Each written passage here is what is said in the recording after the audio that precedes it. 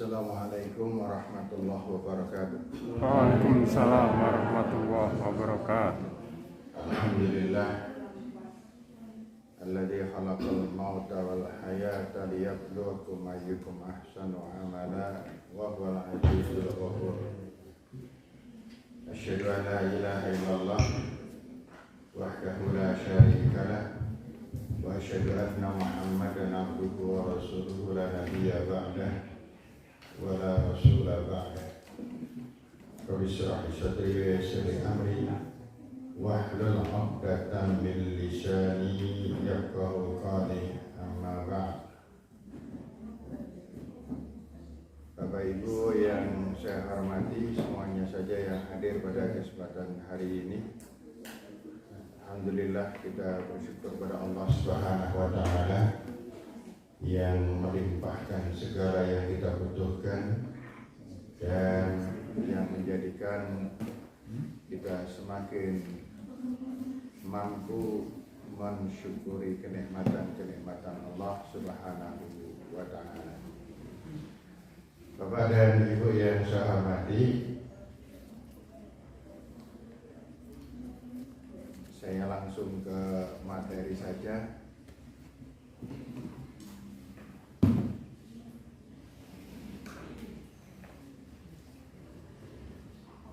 Kita langsung ke materi saja Bapak dan Ibu, karena waktunya saya terlalu sering pengajian di sini, waktunya tidak pernah cukup.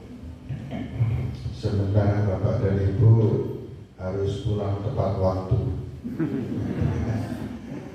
Ya, dan saya pun juga inginnya pulang tepat waktu. Baiklah Bapak-bapak dan Ibu yang saya hormati,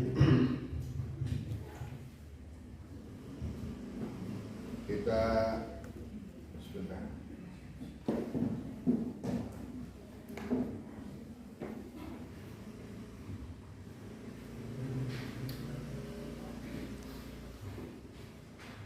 Kita pelajari beberapa hal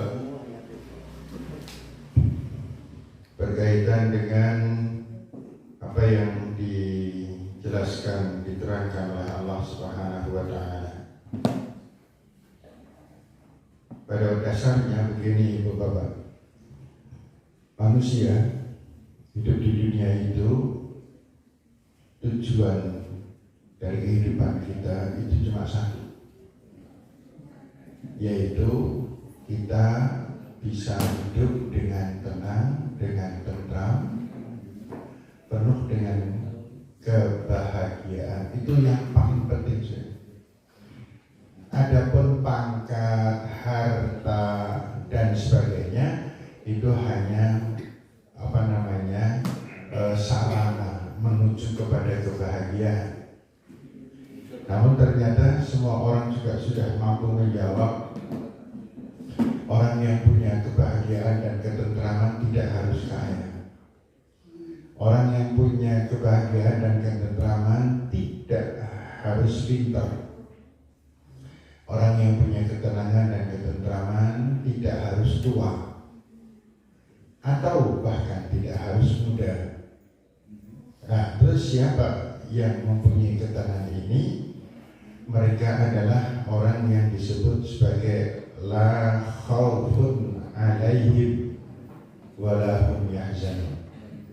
Orang yang sudah sampai pada tingkatan hidupnya itu tidak ada yang dikhawatirkan, tidak ada yang ditakutkan, tidak ada yang disusahkan. Kenapa? Karena nanti akan kita jelaskan. Namun yang pasti Bapak dan Ibu,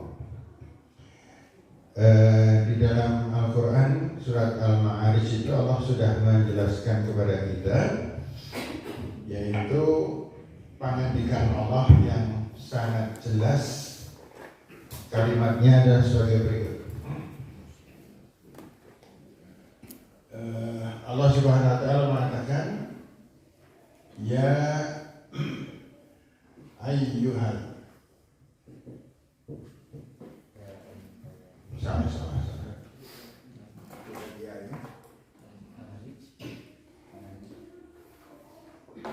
Kalau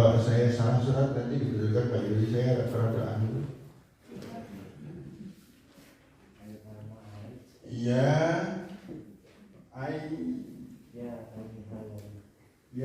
ya Tuhan nafsu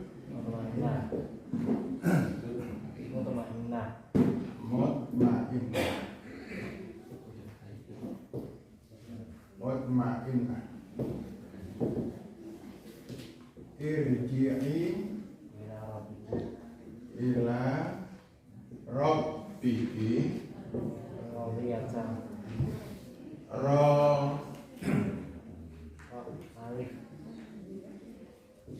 diyatan mardiyah. Kemudian fadkhuli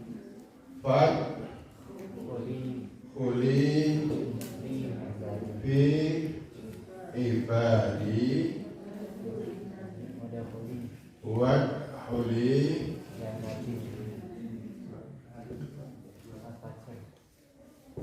jannati.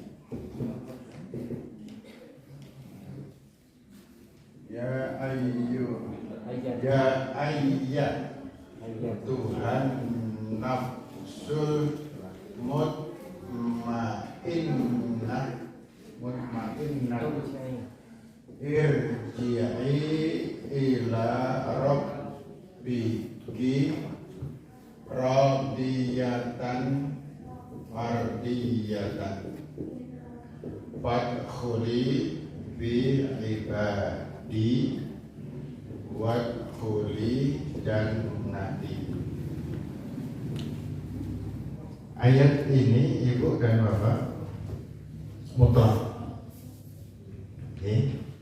Ya mohon maaf tulisannya ora karu-karuan. Itu kalau malam Rabu mau tulisannya kayak ini. Kalau malam Kamis lah lebih jelek. Allah Subhanahu wa taala menjelaskan ini sangat mutlak. Artinya bahwa kata-kata nafsul mutmainnah ini adalah bentuk perintah wajib. Ketika Allah mengatakan ya ayat Tuhan nafsul mutmainnah, wahai jiwa-jiwa yang tenang, yang tentram, yang bahagia, yang bisa menikmati apapun dawuh perintah Allah, irji'i, kamu pulang, artinya kamu mati, ila rabbiki, kepada Tuhanmu, radiyatan mardiyah, dalam keadaan damai, dalam keadaan diridhai oleh Allah Subhanahu wa taala. Fadkhuli fi ibadi, masuk kamu ke dalam golongan hamba-hambaku yang juga mempunyai jiwa yang tenang, jiwa yang tentram. Wadkhuli jannati, dan masuklah kalian, wahai jiwa yang tenang, yang tentram, jannati, ke dalam surgaku. Sehingga Bapak dan Ibu, kita ambilkan ringkasan pendeknya. Siapa di antara panjenengan yang hidupnya belum tenang? Masih sering gelisah, masih sering ngaran-ngaran wong, masih senang tukaran, masih senang didengi wong, masih senang SMS, senang melihat orang susah dan susah melihat orang senang gitu. Hatinya di dalam Al-Quran disebutkan dalam surat Al-Imran ayat 133 itu 34, Allah mengatakan wal kadhiminal ghaid, orang yang tidak emosional, orang yang bisa mengendalikan amarah. Nanti dulu ini saya jelaskan agak banyak biar nanti Bapak dan Ibu tidak kaget dengan dirinya sendiri, yaitu orang yang hidupnya dalam keadaan dia sudah mempunyai keadaan di mana Allah ridho padanya. Di dalam surat 33 Allah mengatakan orang-orang yang bertakwa adalah orang yang waqulu qawlan sadida, orang yang selalu berkata yang sadida, yang benar, meripatnya benar, mulutnya benar, hatinya benar. Hati yang benar itu paling menentukan. Nah, contoh-contoh hati yang belum benar, bukan tidak benar, belum benar, adalah hati yang selalu terusik dengan apa yang ada di sekitarnya, selalu dikomentari meskipun dalam batin. Contoh, ada seseorang melihat ada orang turun dari mobil mewah. Katakan naik mobil mewah ukuran Indonesia ini misalnya Camry misalnya. Ya, Camry murah tapi hanya 1,4. Ini ya. Kemudian ada aja komentarnya. Penumpangnya turun batin. Iki wong numpak mobil mewah ning kemenus banget. Ada yang mobil apik penumpangnya ngetul. Ada yang komentar ini mobil apik aja, regane pancen larangnya ngurusi halal iki. Bisa jadi hasil korupsi. Gitu. Dan banyak setiap hal itu ada dikomentari terus. Hati-hati Bapak dan Ibu, Allah Subhanahu wa taala menentukan bukan perbuatan-perbuatan kita yang terpenting, tetapi hati kita ketika berbuat. Bukan perbuatan kita yang paling penting, tetapi hati kita sedang berbuat apa. Jangan pernah orang bermimpi bahwa kalau melu pengajian mesti itu ganjaran. Belum tentu. Yang saya sering matur dalam masalah ini, ada orang berangkat haji mergane orang kepenak orang. Yang paling bahaya pengurusnya. Hanya orang makan orang penak temen. Mengko orang makan orang nasi nyoting. Ya kan? Karena enak banget dan sebagainya. Sedekah belum tentu dapat pahala, dan berbuat kebaikan belum tentu dapat pahala. Ibu-ibu sekalian, ini saya ulang lagi pertanyaannya. Berapa kali panjenengan tengok orang sakit hanya karena orang kepenak nek orang nengok? Itu hati yang menentukan. Baik. Nah, sekarang siapa orang yang mempunyai hati tenang? Ini jangan lupa loh Ibu, Bapak. Nafsul mutmainnah ini panggilan di dunia. Ya Tuhan nafsul mutmainnah, wahai jiwa-jiwa yang tenang ketika di dunia. Jiwa-jiwa yang tenang, yang tentram, yang nikmat ketika melakukan perbuatan-perbuatan baiknya, yang tidak suudzon terhadap orang lain, yang tidak suudzon di tengah-tengah pengajian. Belum tentu orang yang meripati merem di pengajian itu ngantuk, belum tentu. Bisa jadi sedang tidur, kan bisa terjadi itu. Gak boleh suudzon itu. Ya. Tidak mengarang-arani, hatinya tentram, melihat siapapun enak semuanya. Bukan melihat wong semene yang paling sengit kalau ini sengit. Nggak ada sengit. Isinya hanya hati yang penuh damai dengan semua tetangga, nggak peduli kafir, nggak peduli apa, nggak peduli yang situ senengnya padu karo wong, yang situ nggak pernah sholat, yang sana penjudi, yang sana tukang tipu, tidak peduli. Semuanya mempunyai dikondisikan hati yang sama, tidak pernah dibeda-bedakan segala kono, kalau sebelum kalau wakil kalau tidak untuk masya Allah. Hati yang tidak terang, hati yang mempunyai di kondisi punya problem, santai saja. Ini urusan dunia. Sak berat-beratnya problema sebentar lagi. Demikian pula ketika kita kenikmatan, tidak kemudian kita merasakan hebat dan merasakan lebih pintar, lebih kaya, lebih daripada orang lain. Tidak. Nah, nanti ketemunya Bapak dan Ibu, orang-orang yang semacam ini nanti akan menjadi orang yang gitu, yang di dunia secara praktek adalah orang yang la khaufun alaihim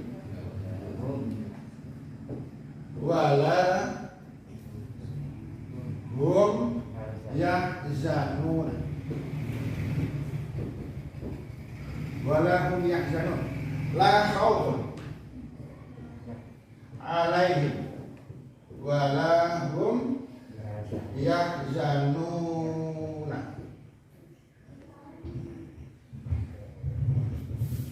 Ajaran ini ini pertanyaan untuk kita semuanya.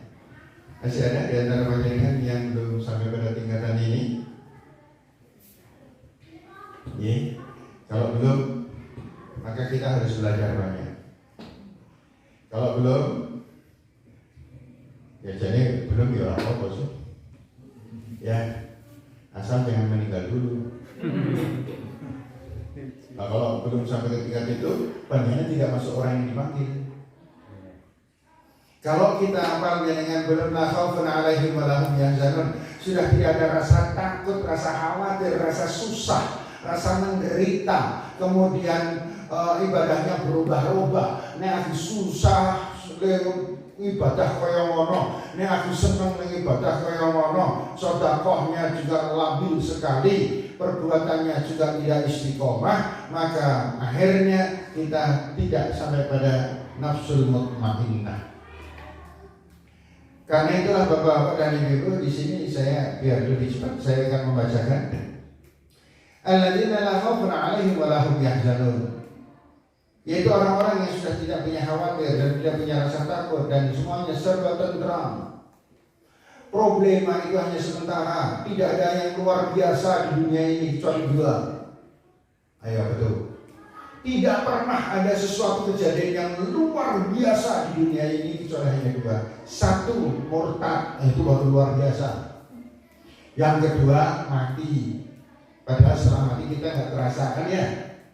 Itu baru nanti di alam sana kita nggak tahu.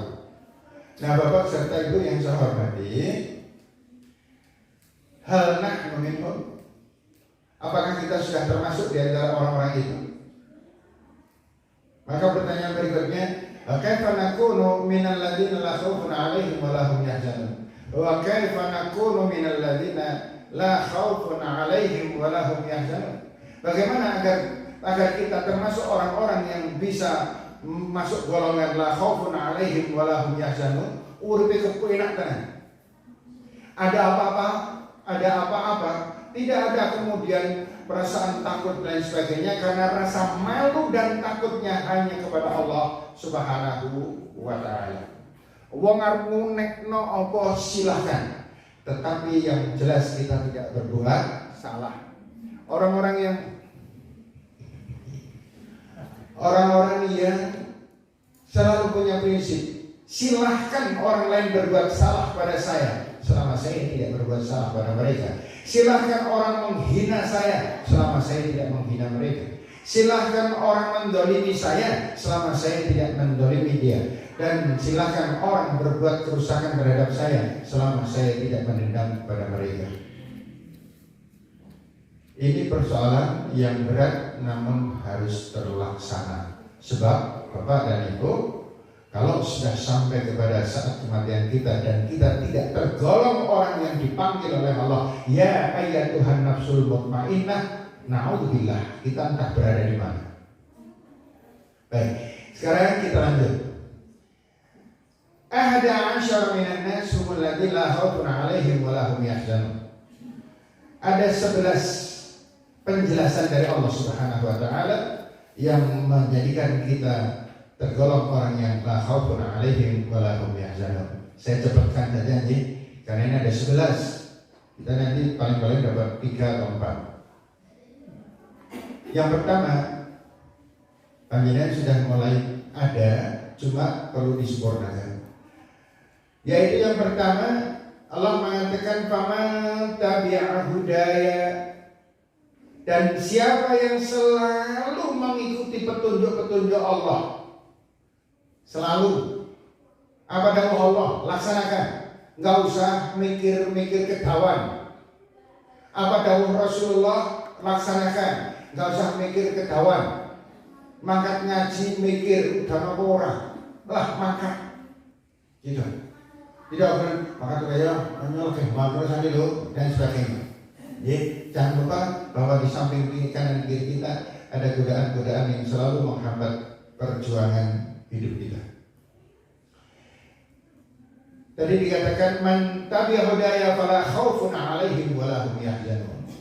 Siapa yang selalu mengikuti petunjuk Allah, maka dia tidak akan, akhirnya dia tidak akan mempunyai rasa takut, rasa khawatir, rasa was-was, sedih, menderita. Semuanya dianggap biasa. Orang duit biasa, akeh tunggali. Bisa. Iya kan? Anaknya kurang ajar biasa.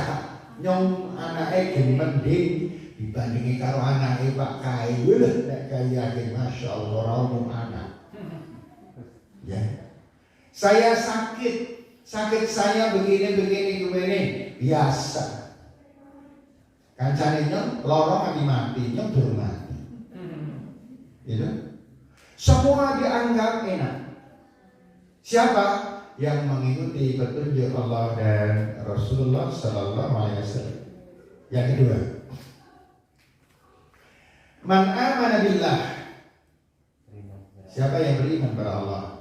Wal yaumil akhir, dan hari akhir, hari kiamat. Jangan salah di sini Bapak dan Ibu, hari akhir itu kenapa seiring sejalan dengan amanah billah wal yaumil akhir. Di dalam hadis juga semacam itu. Man kana yu'minu billah wal yaumil akhir falyakul khairan aw liyasmut. Wa man kana yu'minu billahi wal yaumil akhir falyukrim dhaifa. Wa man kana yu'minu billahi wal yaumil akhir falyukrim jarah.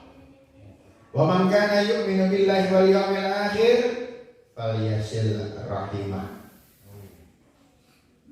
Jadi pertaruhan yang menentukan adalah iman kepada Allah pertama, dan yaumul akhir. Kenapa yaumul akhir? Karena orang yang beriman pada yaumul akhir nanti akan termotivasi kuat sekali untuk melakukan kebaikan. Kenapa? Beriman pada yaumul akhir adalah artinya beriman kepada neraka dan surga. Beriman pada yaumul hisab, beriman pada yaumul ba'ts, yaumul hasyr, dan yaumul kiamah itu sendiri. Bahwa ternyata di dunia ini tidak ada apa-apanya, Bapak dan Ibu. Yang kita lakukan sedikit ini, Bapak dan Ibu, kita melakukan kita sederhana ya ini ya. Tahu nggak sih panjenengan? Ini Pak, panjenengan mendapatkan balasan kenikmatan di surga lebih dari 1000 tahun. Sekali pengajian, lebih dari 1000 tahun kita mendapatkan kenikmatan di surga. Hitung kalau persen. Panjenengan beribadah berapa tahun di dunia? Ya, panjenengan beribadah berapa tahun di dunia? Kalau panjenengan berhasil sampai mencapai nafsul mutmainnah, sampai mencapai la khaufun 'alaihim wa la hum yahzanun, maka balasannya adalah khalidina fiha abada, di surga selama-lamanya. Nah sekarang selama-lamanya itu dibandingkan dengan ngaji yang ada kita lakukan hanya beberapa menit, itu nah kalau dihitung balasannya selama-lamanya akan berapa ribu tahun kita mendapatkan nikmat. Kita sholat subuh minggu yang Pak, qobliyahnya lebih sederhana lagi, dan Rasul sallallahu alaihi wasallam mengatakan rakaatani qabla al-fajri ahabba ilayya min ad-dunya wa ma fiha. Pahalanya qobliyah subuh itu lebih aku cintai daripada dunia seisinya. Sangat masuk akal. Karena balasannya adalah khalidina fiha abada. Ketika Rasulullah SAW mengatakan man qala la ilaha illallah wahdahu la syarika lah Lahul mulku wa lahul hamdu wa huwa ala kulli syai'in qadir. 10 marat, 10 kali miraran terus-terusan, kana kama na'taqa arba'ata raqabah. Maka dia sama dengan membebaskan 4 budak. 10 kali la ilaha illallah wahdahu la syarika yang dibaca terus menerus sampai 10 kali, pahalanya sama dengan membebaskan 4 budak. Yuk sekarang diregani. 1 budak nilainya kira-kira harga 5 onta. Nek 1 onta ini gampang, ini pengajian bengi, jangan terlalu banyak mikir. Orang mikir biliar kan. 1 onta sama dengan 20 juta. 20 juta. Kalau 1 budak 5 onta, 1 budak 100 juta. Kalau 4 budak 400 juta. Panjenengan membaca la ilaha illallah wahdahu la syarikalah lahul mulku wa lahul hamdu wa huwa ala kulli syai'in qadir 10 kali ikhlas karena Allah dan terus dibaca sebanyak 10, maka persis panjenengan berinfak pada waktu itu 400 juta. Sekarang panjenengan mengatakan kita masuk akal. Saya mengatakan sangat masuk akal. Karena balasannya adalah khalidina fiha abada. Kalau khalidina fiha abada, kemarin saya sudah membayangkan sedikit. Kalau khalidina fiha abada dibandingkan kita berjuang ibadah nang alam dunia, itu bandingannya adalah setetes air laut adalah dunia dan lautan itu adalah akhirat. Itu pun masih kurang. Karena khalidina fiha tidak mempunyai batas. Bapak sekalian. Sehingga Bapak sekalian yang saya hormati, kesalahan sedikit saja risikonya bandingan adalah khalidina fiha abada. Kebaikan yang sedikit maka Allah mengatakan wa may ya'mal mithqala dzarratin khairan yarah wa may ya'mal mithqala dzarratin syarran yarah. Dan semua yang kita lakukan sekecil apapun, sekecil darah itu atom. Darah itu atom. Ada yang menerjemahkan biji sawi, salah. Darah itu atom. Atom adalah bagian terkecil dari molekul. Atom adalah bagian terkecil dari molekul. Jadi kalau satu atom itu nggak nampak.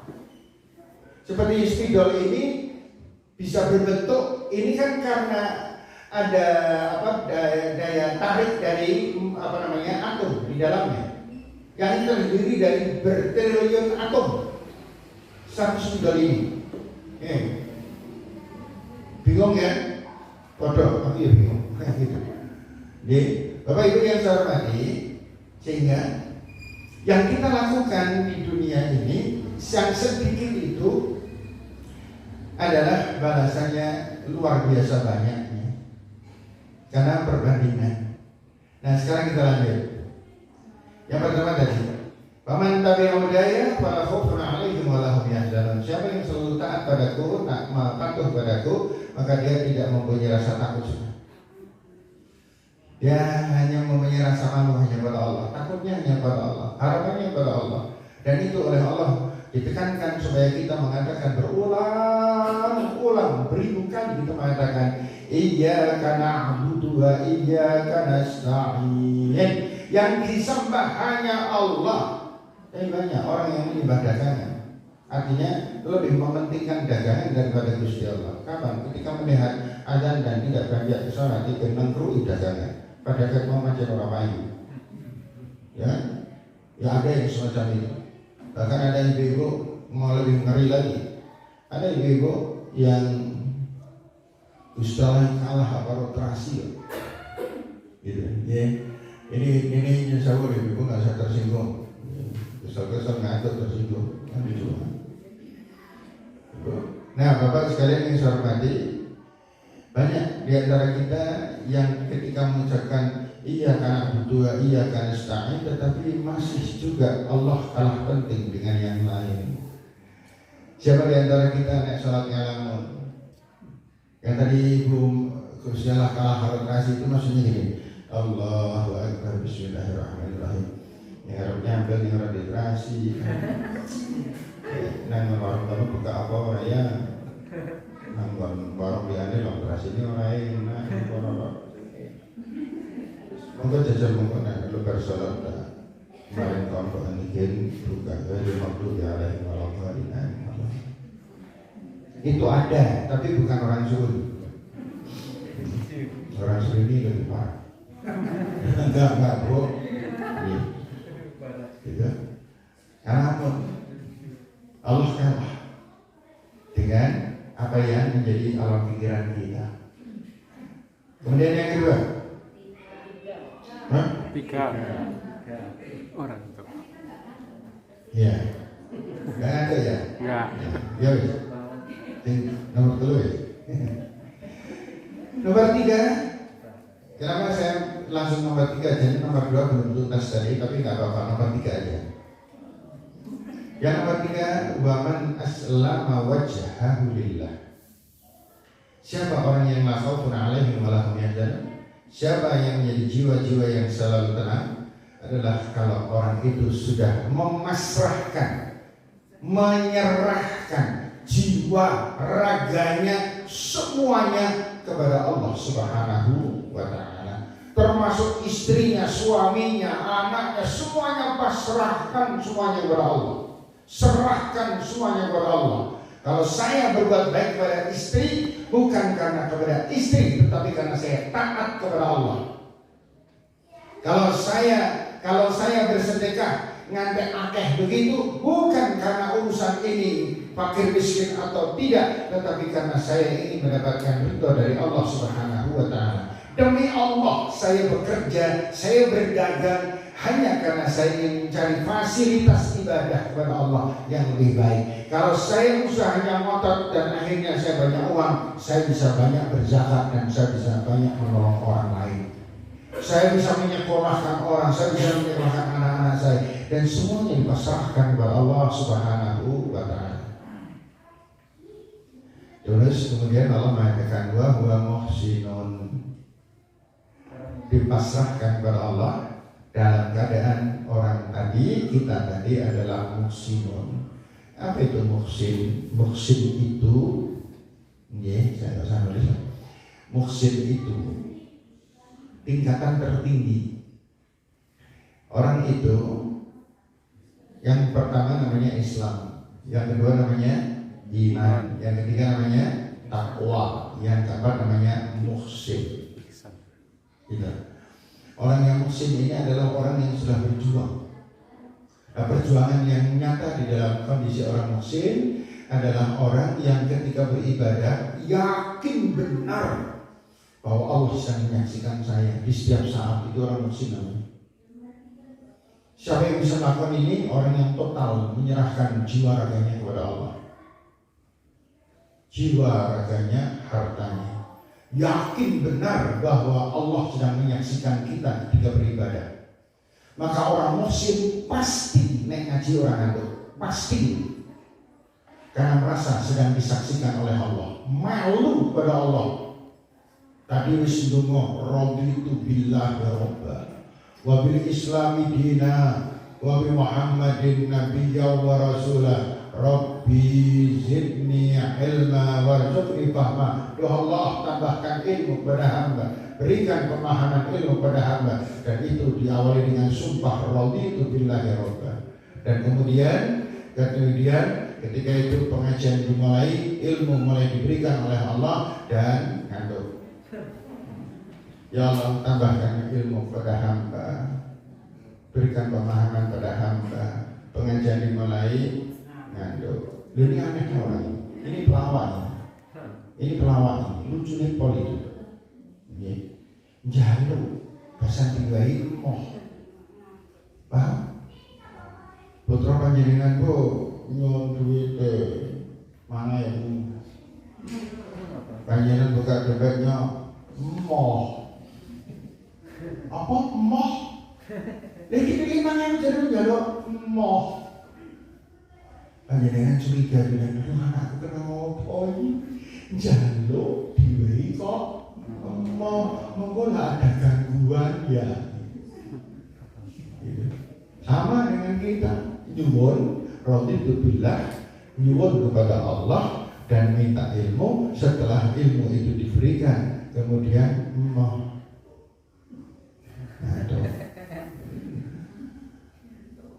gak ada yang ngantuk kan?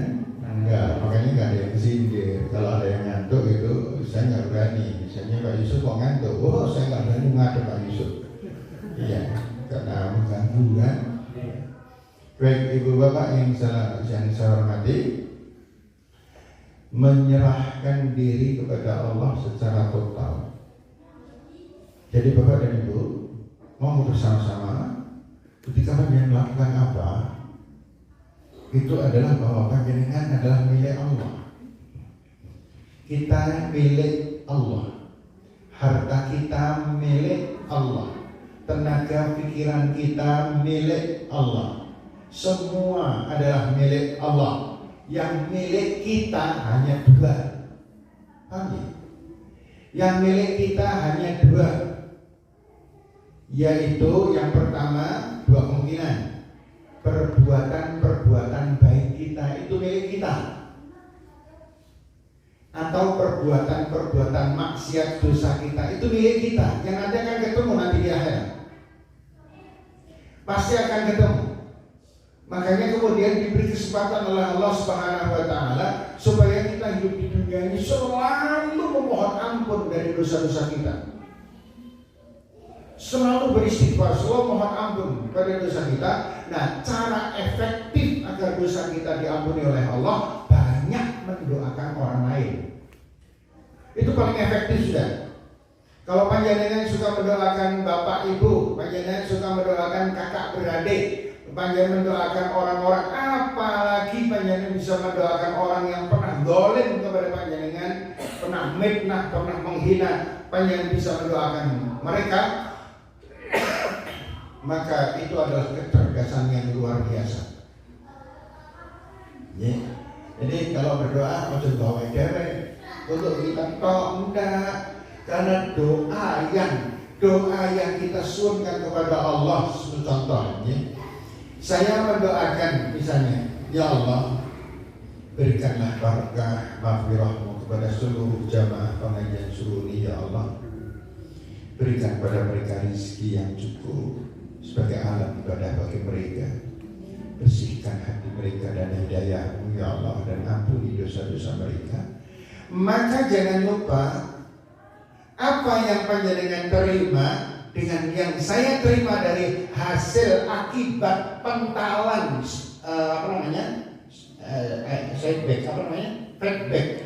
feedbacknya itu jauh lebih besar pada saya daripada panjenengan. Apa sih? Jadi kita menjadi orang itu memang ini harus mempunyai kebersihan hati. Kalau tidak bersih hatinya, orangnya tenan dumake wong dia itu amel. Apalagi bisa menyebut nama, berat banget. Itu. Hanya bisa menyebut, mendoakan seseorang dengan menyebut nama dan beberapa nama. Dia absen, ya Allah ampuni dosa maksud, ya Allah. Gitu kan? Iya. Ya, ampuni dosa kami Mbak Bibi, ya Allah. Ampuni dosa, jadi sebut satu. Itu berat. Kalau bisa melakukan itu, Masya Allah, tanda khas dari kelapangan hati kita berasal dari apa yang kita doakan. Semakin kecil kita berdoa, semakin kita dikutuk oleh Allah Subhanahu wa Ta'ala.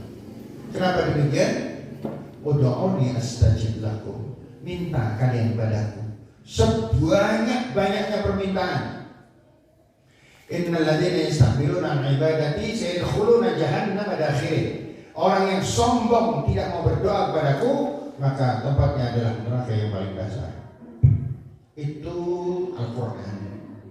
Siapa yang tidak pernah mau berdoa? Orang yang tidak pernah ikhlas dalam berbuat. Ngaji itu doa. Doa itu mengharap. Semua yang kita kerjakan adalah doa.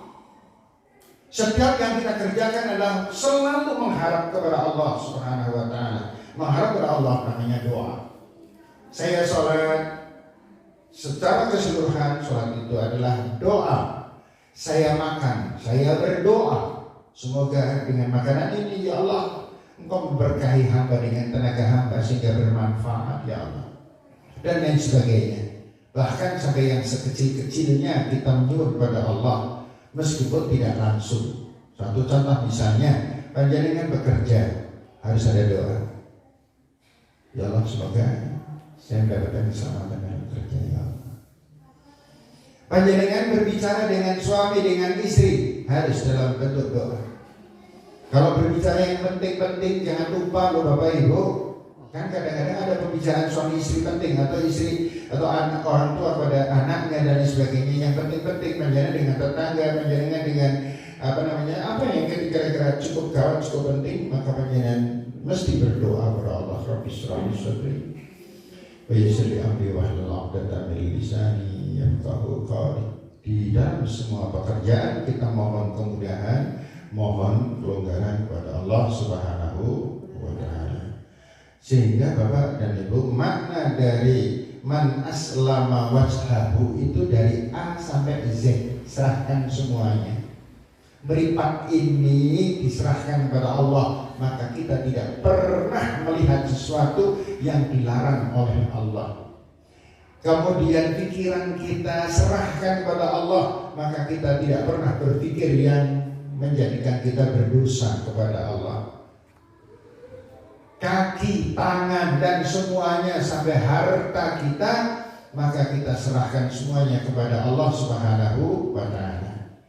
Jadi yang milik kita adalah perbuatan kita. Yang jelek yang milik kita, yang baik yang milik kita. Bekal kita menghadap Allah mana?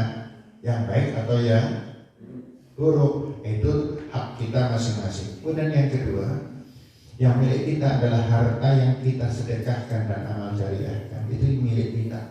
Yang tidak diamal jariahkan, yang tidak diwakafkan, yang tidak diberikan di jalan Allah, maka itu adalah milik Allah, belum tentu milik kita.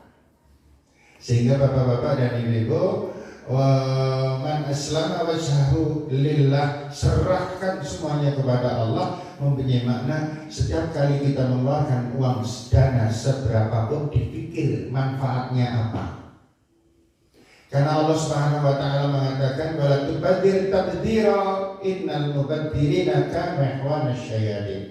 Dan jangan kalian sampai memubadirkan harta atau apapun, karena Allah membenci rekan-rekan setan dalam hal ini.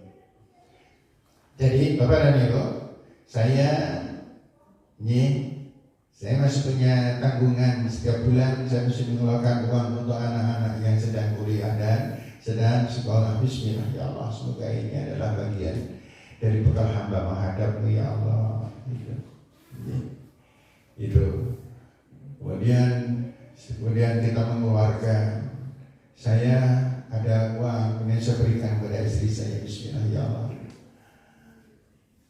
Afdal dinar yunfiqu alayya. Sebaik-baik dinar, sebaik-baik uang adalah uang yang diberikan untuk kehidupan keluarga. Yang untuk masak, untuk beli beras, itu pahalanya paling gede. Jangan sampai ada yang mengeluh, ya Allah, kalau duit beli teman-teman beras juga. Jangan sampai, karena dosanya orang yang ngomel adalah dosanya orang yang bertanggung jawab, kan begitu? Itu dan seterusnya. Dan saya ini untuk bapak-bapak, kalau dengan istri nggak boleh beli, istrinya aja lah, percayakan saja pada istri. Itu, ya saya juga sedang latihan begitu soalnya. Saya kalau dengan keluarga saya kira sama ya, dengan ada hitungan. Gitu. Tapi ini jangan salah paham ya Bu. Duitnya suami adalah duit keluarga, duitnya istri adalah duit istri. Yang salah gitu. Namun ibu-ibu jadilah yang luas. Melakukan pengajian malah jadi tukaran.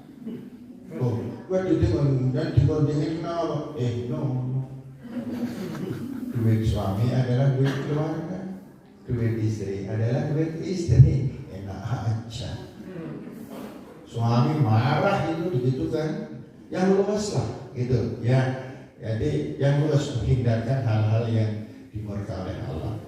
Maka bapak-bapak dan ibu-ibu, wa muhsinun adalah orang yang ketika melakukan benar-benar di kondisi yang sadar, yang sadar bahwa dirinya sedang berbuat apa dan karena apa dia berbuat perbuatan tersebut, itu mengetahui benar sebab akibatnya. La khaufun 'alaihim wa la hum yahzanun. Orang yang macam itu adalah orang yang akhirnya tidak mempunyai rasa takut, tidak mempunyai rasa khawatir, tidak pernah merasa menderita, hidupnya tenang dan tentram dan menjadi nafsul mutmainnah yang dipanggil oleh Allah Subhanahu wa taala, ya ayyatuhan nafsul mutmainnah irji'i ila rabbiki radiyatan mardiyah wadkhuli fi ibadi wadkhuli jannati. Sama persis dengan yang sering kita baca, yaitu pasti dan harus.